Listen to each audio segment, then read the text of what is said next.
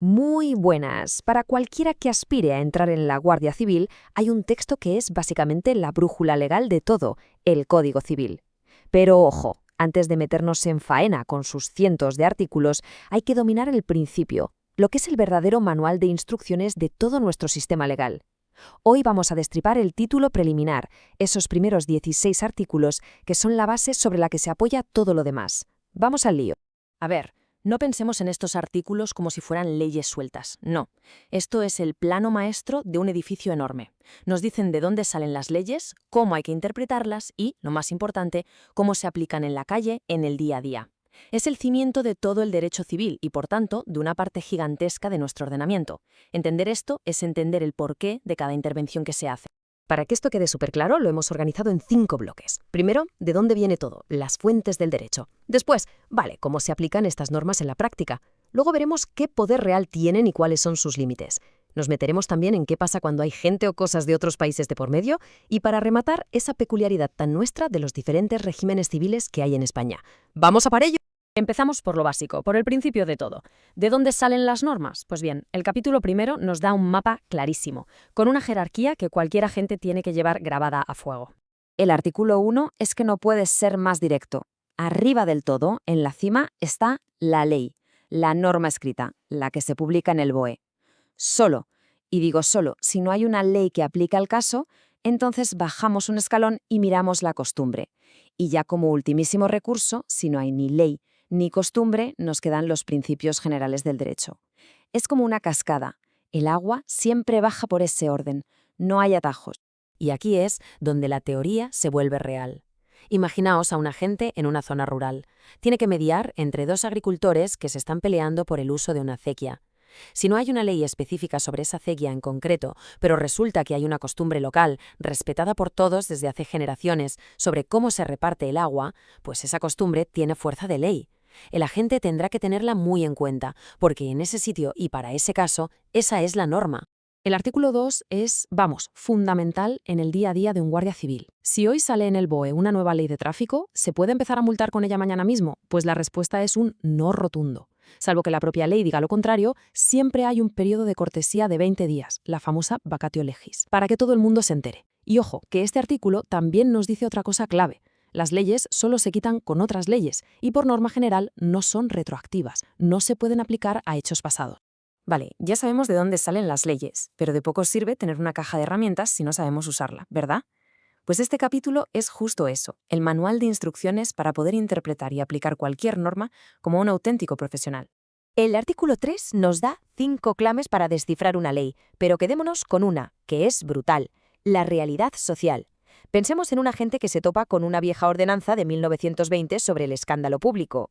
A ver, no puede aplicarla con la mentalidad de hace un siglo. Lo que tiene que hacer es preguntarse, según los valores que tenemos hoy, en pleno siglo XXI, ¿esta conducta sigue siendo un escándalo? La respuesta a esa pregunta es precisamente la aplicación correcta de la ley. El artículo 4 nos da una especie de comodín, la analogía. Sirve para rellenar huecos cuando no hay una ley exacta para algo.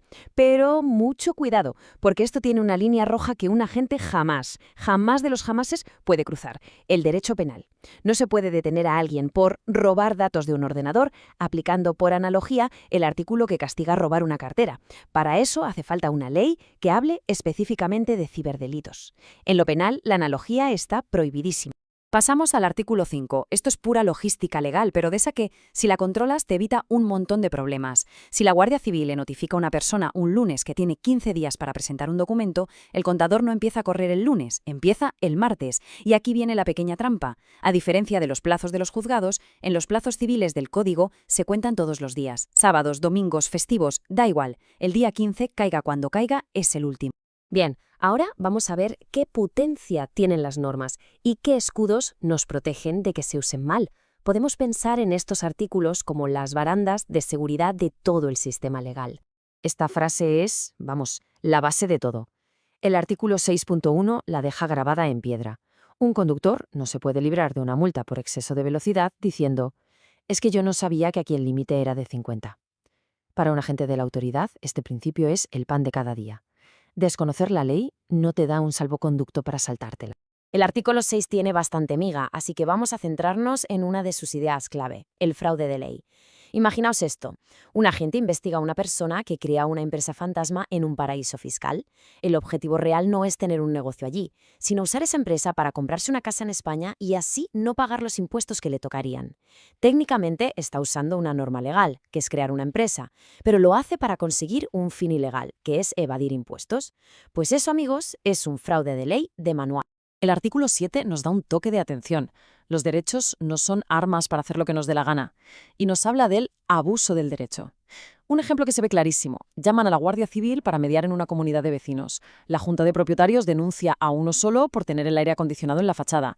Pero resulta que hay otros 10 vecinos que lo tienen igual desde hace años y a ellos no les dicen nada. Aunque la comunidad tiene el derecho a exigir que se cumplan las normas, hacerlo de una forma tan selectiva y con mala fe podría ser un abuso de ese derecho de libre. A ver, hoy en día el mundo es un pañuelo y la ley tiene que saber cómo manejar eso. Este capítulo nos pone las reglas del juego para todas esas situaciones en las que hay un elemento extranjero de por medio, una persona, un contrato, una propiedad, lo que sea.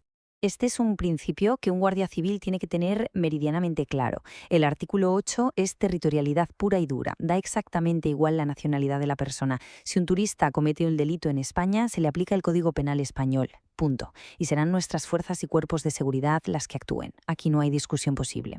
Los artículos del 9 al 12 son como un GPS legal que nos dice qué ley hay que usar en cada caso internacional. A ver si queda claro.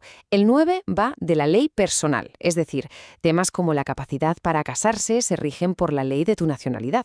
El 10 se centra en bienes y contratos. Si te compras una casa en España, se aplica la ley española, seas de donde seas. El 11 se ocupa de la forma de las cosas. ¿Es válido un contrato que se firma por email? Pues este artículo nos da la respuesta. Y el 12, el 12 es la caja de herramientas final para que los jueces sepan cómo resolver un lío entre leyes de distintos países. Vamos a ver un ejemplo práctico del artículo 10, que es como mejor se entiende. Un agente se encuentra con un ciudadano alemán que está haciendo un trámite en nombre de su hijo menor de edad. Eso es una representación legal, porque se la impone la ley y se rige por la ley de su país, la alemana. Pero si esa misma persona presenta un poder notarial para actuar en nombre de un amigo, eso ya es una representación voluntaria, es una elección, y en ese caso se rige por la ley del país donde se está usando ese poder, o sea, la española. La diferencia es fundamental. Y llegamos al final, a la joya de la corona, a una de las grandes particularidades de nuestro país. Porque en España no hay un único derecho civil. El que llamamos común convive con los derechos forales o especiales de algunas comunidades autónomas. Este último capítulo nos enseña a montar este puzzle legal tan nuestro. La pieza clave de todo este puzzle es la vecindad civil. Y ojo, mucho cuidado aquí, que esto no tiene absolutamente nada que ver con dónde se está empadronado, ¿eh? Es una especie de estatus legal que va a decidir si, por ejemplo, tu herencia se rige por las normas de Aragón o tu matrimonio por las de Cataluña, en vez de por las del Código Civil Común. Y el artículo 14 nos explica cómo se consigue. Como podemos ver en este primer esquema del artículo 14, la regla general es sencilla. La vecindad civil se hereda. Los hijos, por defecto, tienen la de sus padres. ¿Pero qué pasa si los padres tienen vecindades distintas? Pues la ley nos da un orden. Primero, los padres pueden elegirla en los 6 meses después del nacimiento. Si no dicen nada, el hijo tendrá la del progenitor que le reconoció antes. Y si todo lo demás falla, pues tendrá la de su lugar de nacimiento. Como se ve, hay un camino claro para cada situación. Pero claro, la vecindad civil no es para toda la vida. Se puede cambiar. Este segundo esquema nos muestra cómo. Por ejemplo, una persona que lleva viviendo 10 años seguidos en un territorio con derecho propio, como Navarra, adquiere la vecindad civil navarra automáticamente, a no ser que diga expresamente que no la quiere. Otra forma es por matrimonio. Uno de los cónyuges puede optar por adquirir la vecindad del otro. O sea que hay flexibilidad. El artículo 15 se pone en el caso de los extranjeros que consiguen la nacionalidad española. Como vemos aquí, se les da un abanico de opciones para elegir. Pueden optar por la vecindad de su lugar de residencia, la de su lugar de nacimiento, la que tenían sus padres o incluso la de su cónyuge. Es una elección muy importante. Y ya para cerrar el círculo, el artículo 16 nos dice que si hay un conflicto de leyes entre, pongamos, Galicia y el País Vasco, se usan las mismas reglas que ya vimos para el derecho internacional. El sistema es coherente.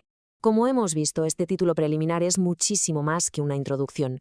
Son los cimientos, es la gramática que hace que todo el lenguaje de la ley tenga sentido. Para un guardia civil controlar estas reglas no es un simple ejercicio de memoria, es la herramienta que garantiza que cada actuación, cada decisión, sea justa, sea coherente y sea eficaz. Son, en definitiva, las reglas del juego. Y conocerlas bien es el primer paso para saber jugar.